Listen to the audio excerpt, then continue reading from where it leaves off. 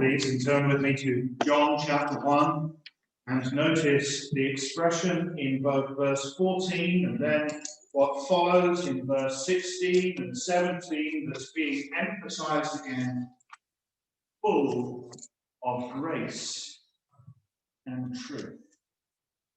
Full of grace and truth. The whole verse, it seems to me, is kind of like John taking a step back and wondering at the things that he's just revealed.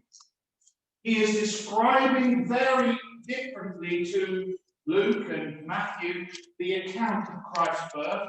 He's coming at it not from the natural point of view, not from saying, well, these were the events by which Joseph and Mary went to Bethlehem and there was no room in the inn and so on, but really from the point of view of who was it that came? And he begins, in the beginning was the Word, and he's gone all the way back, not to Bethlehem, not to that wonderful. He's taken us back to the beginning of all things. In the beginning was the Word. We say to ourselves, who is this that is called the Word? Well, he describes how the Word made all things. How the Word was with God and the Word was God. We say, well, the Word is God. But then as the chapter unfolds, it explains that this Word was made flesh and dwelt among us.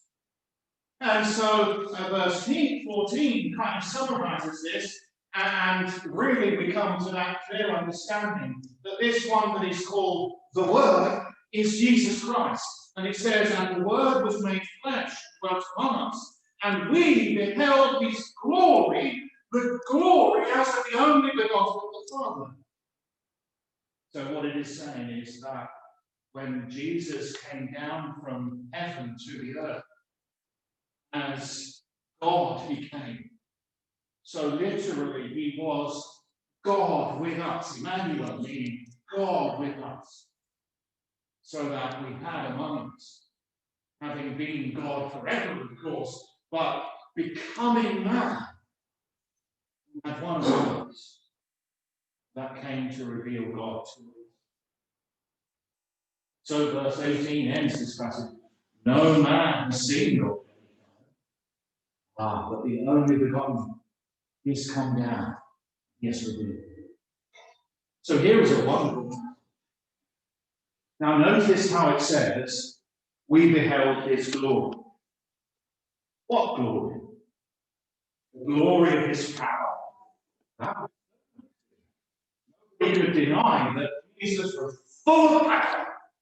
There was nothing to Jesus that was impossible. He said himself, if you have faith with a grain of mustard seed, you can say to this mountain, be removed and cast into the sea, and it would do so. And so Jesus made the dead to live again. What power is that? Made the blind to see by his simple word. He spoke, and the storm. By his gentle touch, the leper was healed. I would say that that's so that's full of power, of our holiness. There was none perfect, none sinless, none more wonderfully right and good.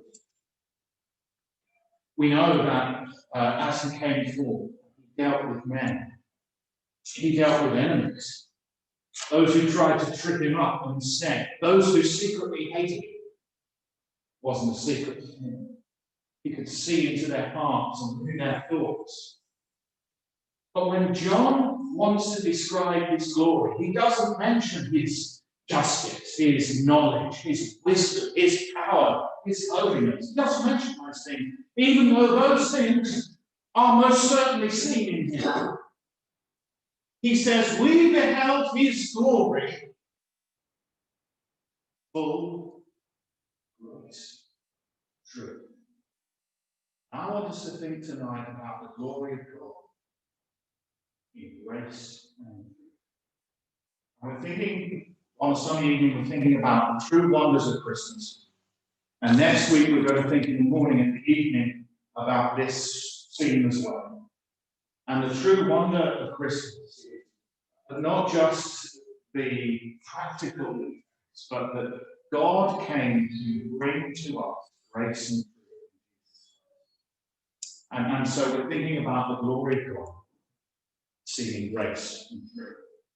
So we want to think about the wonder of grace, and then I think briefly we'll major on that, and then briefly at the end we'll think about the wonder. First of all, the wonder of grace. I want to say that this is, I'll say four things about this grace. First of all, this is sublime grace.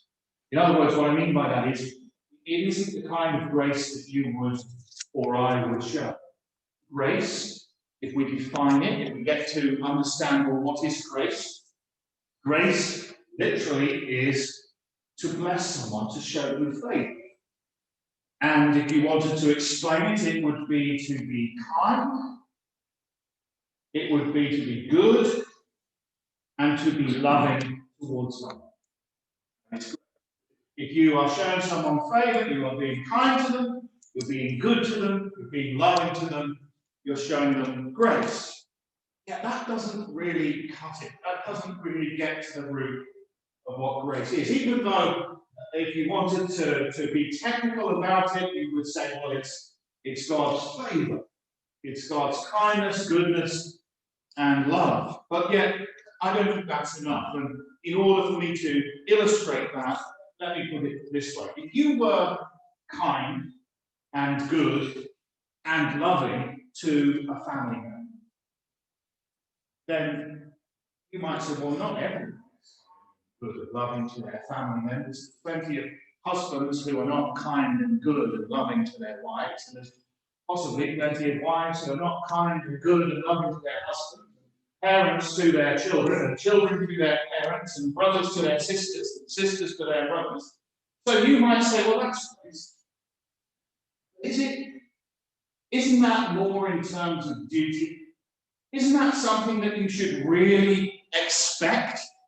That someone who is your flesh and blood, or someone who is your husband or your wife, that you have entered into a union with, that you should be kind and good and loving to them? Is that really grace? That you should show them favour? I would suggest to you that's more duty, or basic obligation. Let's go a step further. What about if you were kind and good and loving to a stranger,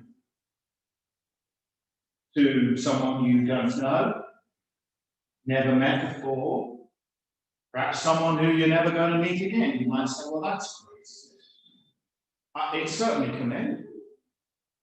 Certainly a good thing, but I hope that all of you would do, that you would be that man or that woman who would be kind or good or loving people that you don't know. I certainly hope that you would be, but it goes a step further than being kind and good and loving to a family member. That you might expect. And you might say, well, this is commendable.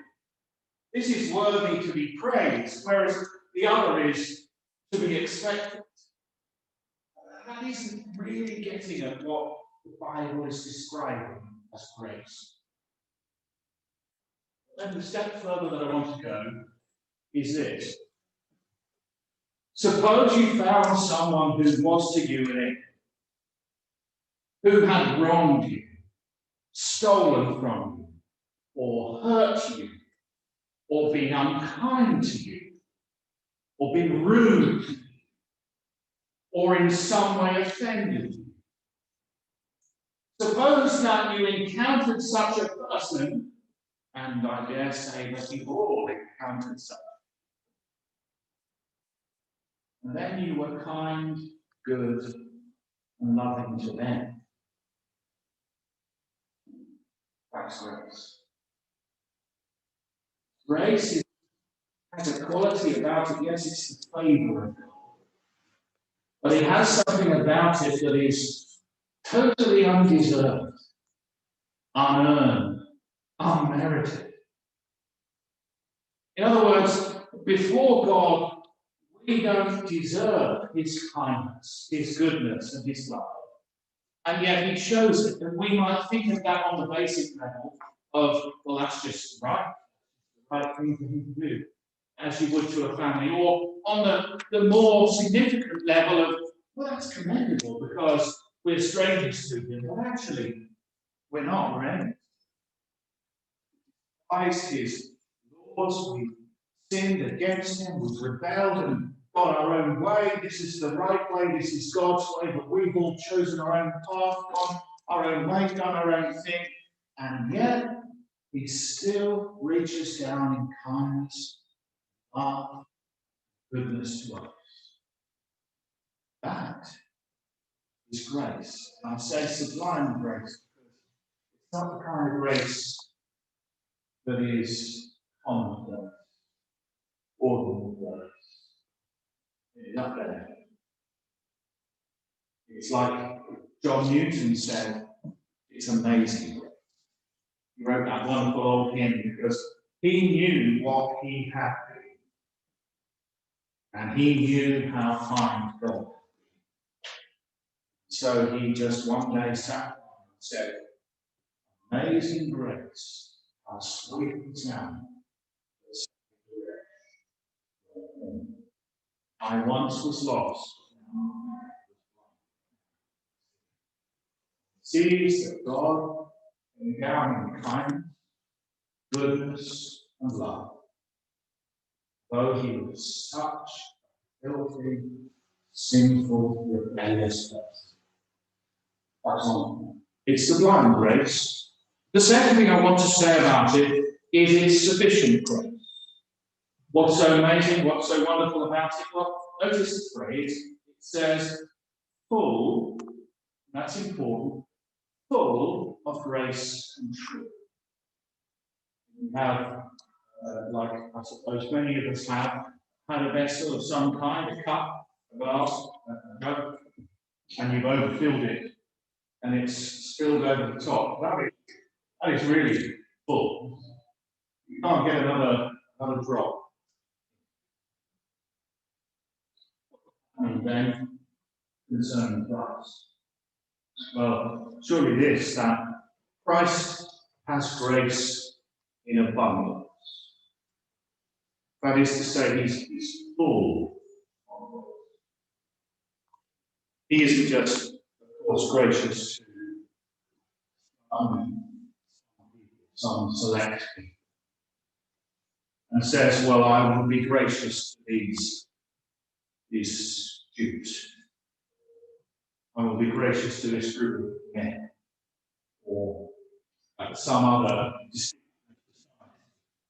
I'll be gracious to the poor, but not the rich, or the rich, but not the poor. But rather, we see in the life of Christ that he is full of grace.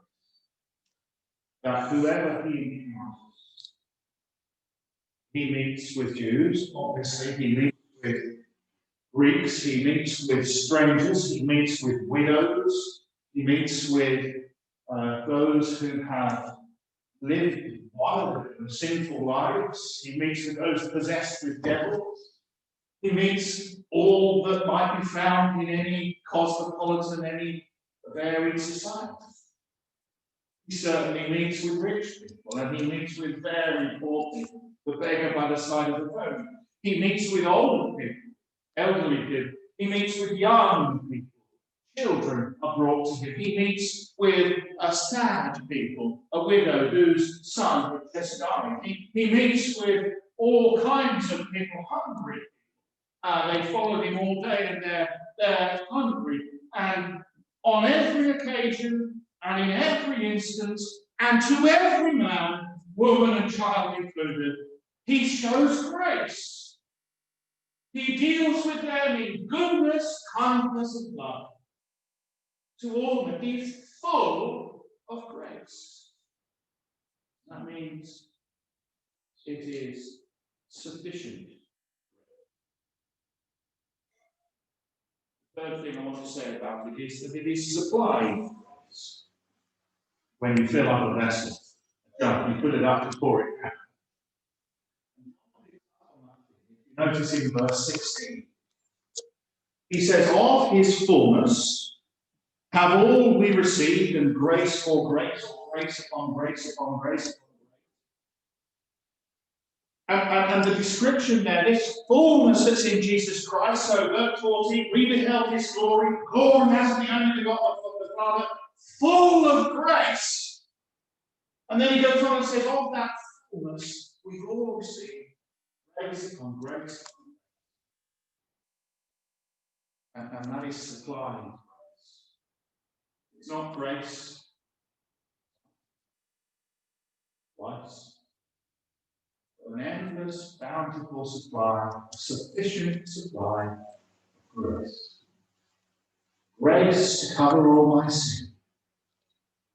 Grace to keep loving me when I let him down. Grace to forgive, to pardon, to be kind and good when I don't deserve it. Grace to love and keep on loving. Grace upon grace upon grace upon grace. That's what it means to be full.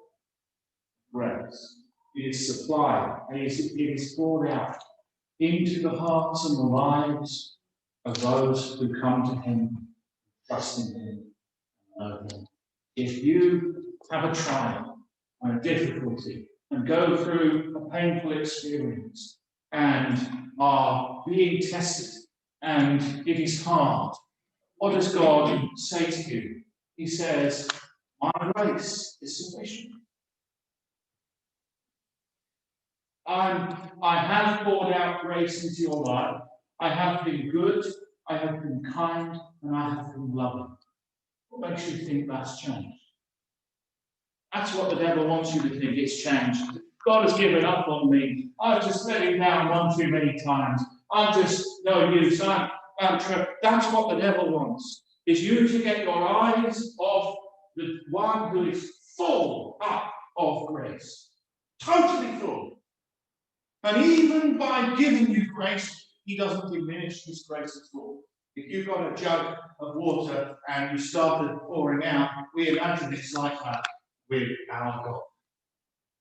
And there's a limited supply. But verse 16 tells us no. He is full of grace. Not he was, then poured out of it. He's not full anymore. And you've got a limited supply, and you better reach that out and hope that there's sufficient to get you through to heaven by the skin of your teeth. No, no, no. No, no. If you trust in Jesus tonight, you're trusting in one who is full of grace. He always was full of grace. He always is full of grace. He always shall be full of grace. That is Jesus. He is full of grace. That's his glory.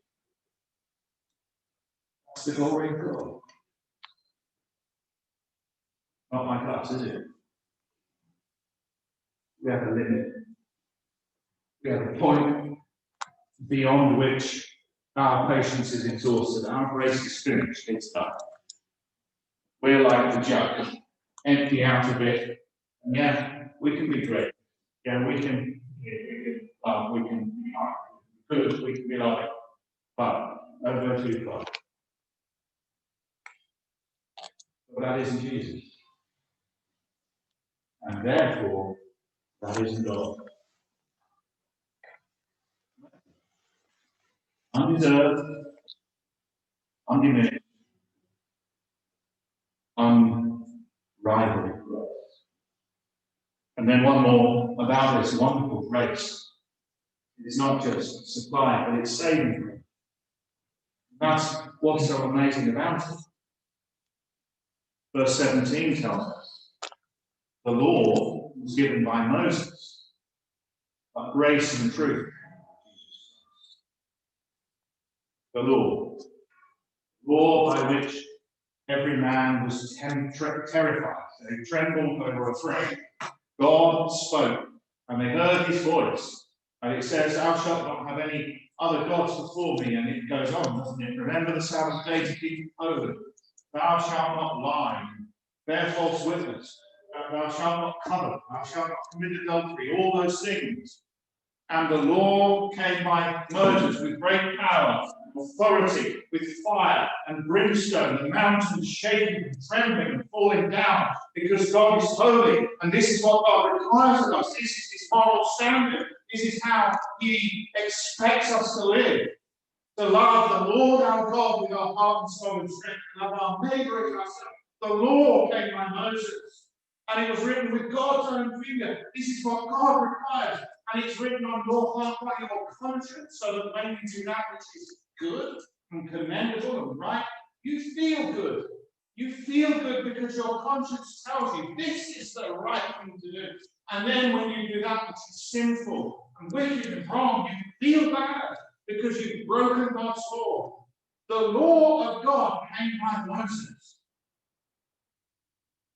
And that condemns every one of them. Who hasn't told a lie? It doesn't matter whether it's the ninth commandment or the fourth commandment or the fifth commandment. Every one of us has disobeyed at least one of God's commands. We haven't kept the law. In the same way that in a jail there might be a man who was a murderer. He broke that one law. He didn't commit fraud, did he? But he's still a lawbreaker. He's still a criminal. He's still there worthily. Yet the man in the cell next door might say, but yet he embezzled millions upon millions from people's pension funds. And we start thinking about comparing one's sins with another person's sins. God has said, this is my law. Keep this, do this, and live. That condemns every single one of us, because we've all broken God's law. The law came by Moses' heart. This is good news. Grace came by Jesus. God makes a way. You, me, come back to God, even though we've broken his law. To be forgiven by God, to be blessed by God, to be brought into his favour. So Paul says in Ephesians chapter 2, by grace are you saved, that not of yourself. It's a gift of God, not of works, lest any man should boast. Grace is a charming sound. The old hymn writer said, harmonious to me. It's a wonderful thing, God. Wonderful. Grace is not works, it's not deserving it, it's not getting yourself into God's favour in your life, getting yourself into the right position where God can show you kindness. No, it's all by grace or not at all. That's how we're saved. Saving grace. Message of the Lord says, do this. Message of the gospel comes to us tonight through the Lord Jesus Christ, revealed from the heart of a loving God. It says, believe. I'll do this, and you shall live. I'll come and take flesh and live the perfect life that you should have lived as your substitute. Yet, then take your punishment and die. Take your penalty and suffer for your sin. I'll take that. Friends, that's grace. Jesus is full of grace. That's the wonder. So we see the wonder of grace, or at least just a little bit. Second thing, and really by way of conclusion, I want us to think about the wonder of truth. The concept is attacked, ridiculed, and mocked. If you find and come across someone who claims that they know they are forgiven by God, they know when they die they're going to be with Him, they know that they are going to heaven, they know of certainty, then they will be ridiculed, they will be mocked, they might even be laughed at, they might be called names, they're arrogant, they're presumptuous. And the reason is because of man's concept of truth. How do we get certainty? How can we be sure? This is a bold claim that Jesus is God. How can we be certain? How could the scribes and the Pharisees be certain? Well, if their eyes weren't blind and they didn't hate him and envy him because crowds followed him and they actually secretly loved the limelight themselves and loved praising men themselves, and so they didn't like the fact that crowds were following him. If their eyes weren't blind, they'd say to themselves, well, how else can a man make the dead to live again and the blind to see again? This is God. Heard his voice. No man spake like man. No, they crucified him. We know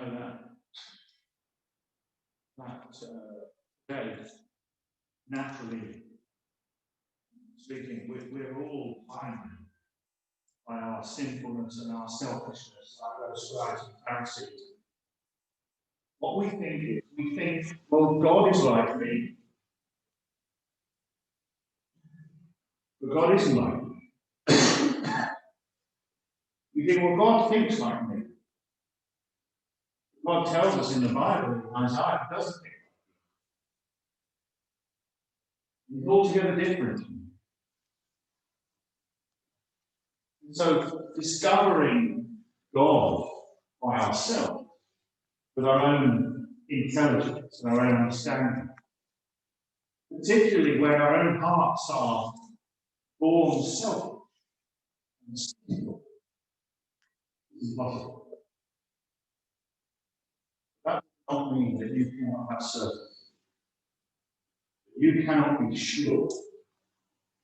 You cannot be sure to know this very well that you are forgiven and accepted and loved by God. You cannot be certain to know that should you die before you wake, you will be with Christ. Even though you don't think like God, and even though you don't naturally trying to even know,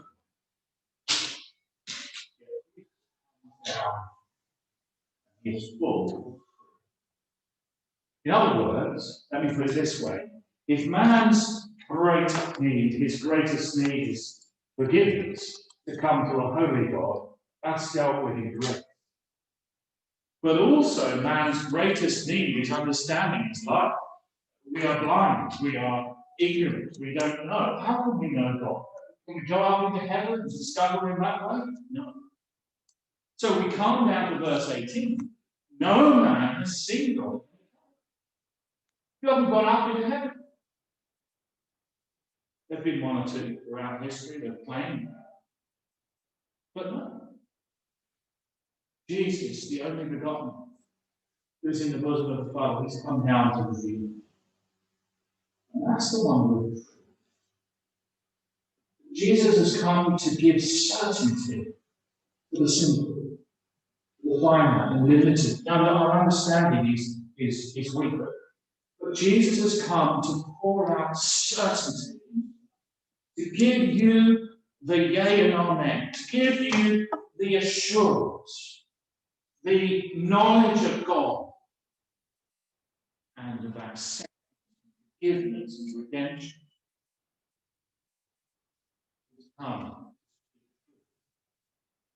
Jesus said, I am the way, I am the truth, I am the life, and no man comes to the Father but by me. And Jesus, when he came, is full of truth. Every word that he speaks is true. Every revelation he makes is true. If he speaks on one subject or another, it's always true. Everything that he ever said. And the chief truth, the chief revelation that he makes is not about that. It's not about this world. Obviously, he has wise things to say about this life and about the ways that men deal with one another. But on one occasion, in Luke chapter 12, a couple came to him They had a dispute, they had an argument, and they came to him and asked him, saying, Master, solve this dispute, solve this argument, make this right. Jesus said, who made me a judge, a resolver of disputes, like King Solomon? He was wise, wasn't he? And he was able to solve incredible disputes and conundrums in marvelous ways, and had great wisdom. But Jesus didn't come to give us that knowledge, earthly knowledge. He came to give us the knowledge of the divine and the unknown and the unseen. So he told them a parable about a rich man who was a farmer. Increasing his goods one year, he planted his crops, he worked hard, he got a bumper harvest, so he said, say to my soul, eat, drink, and be merry. I'm going to pull down the barns, I'm going to build bigger barns, I've got plenty laid up in store for many years, I can relax. But God said unto him, thou fool, this night thy soul. Then who shall those things be? That's the wisdom that God came to reveal. Eternal truth. We can be so taken up with bound up, ordinary and everyday affairs, and things of this life, food and drink, necessary things. We can be taken up with work and money, particularly at this Christmas season. We can be taken up with the natural. Jesus came full of divine truth, holy truth, truth that can change your heart, truth that can save your soul, truth that can give you an eternity at God's right hand, truth that can bring you true joy.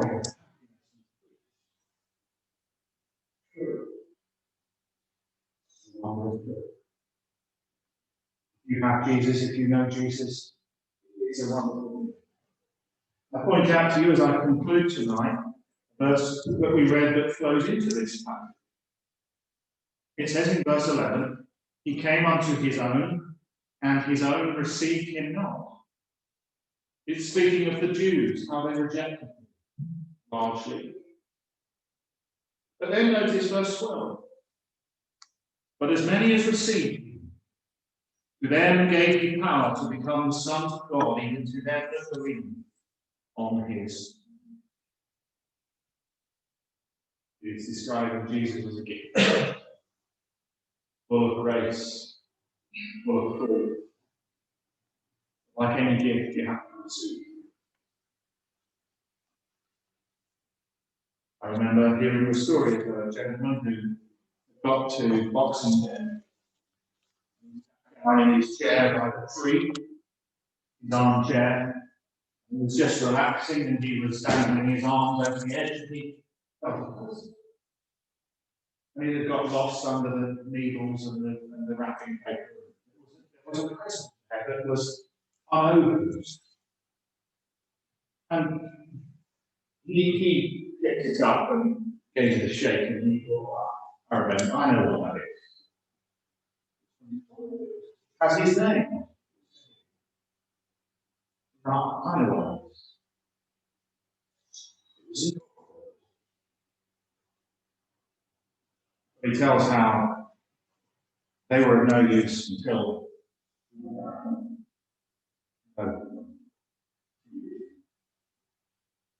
that's why it says many as received. So then, have you received Jesus? Will you receive him? Your Lord, I shall say. Repent, turn from your sin, believe on the Lord Jesus Christ, and it's full of grace.